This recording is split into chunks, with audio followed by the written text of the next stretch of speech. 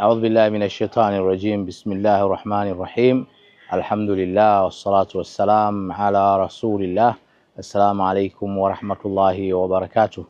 Ndugu zangu watazamaji, tunafahamu kwamba haj au hija ni nguzo ya tano katika nguzo za Uislamu, na ni nguzo muhimu sana ambayo imehimizwa na Allah subhanahu wa ta'ala katika Qur'an na katika sunna za Mtume sallallahu alayhi wasallam.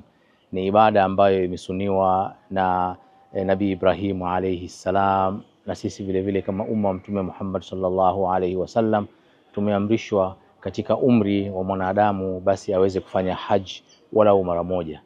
Tunachukua fursa hii adhimu kuweza kuwakumbusha ndugu zangu Waislamu, hususan Waislamu wa Tanzania, kuweza kuiangalia vizuri nguzo hii ya haji, kwa sababu katika mahujaji wachache wanaokwenda kutekeleza ibada hii basi ni mahujaji wa Tanzania.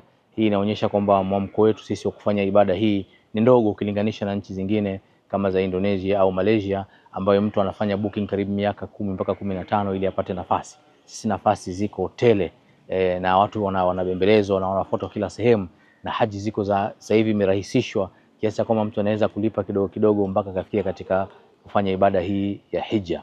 Tunachukua fursa hii ndugu zangu Waislamu kuwahimiza kuweza kutekeleza ibada hii ya hija kupitia katika kampuni yetu ya Ibn Battuta, ambaye inakusaidia kupa huduma zote muhimu, ikiwemo kuwa karibu kabisa na msikiti mtakatifu wa Makka pale ambapo utakuwa umekwenda katika ibada hii na kupata usaidizi wa kielimu na kisheria, lakini vile vile usaidizi wa kiafya.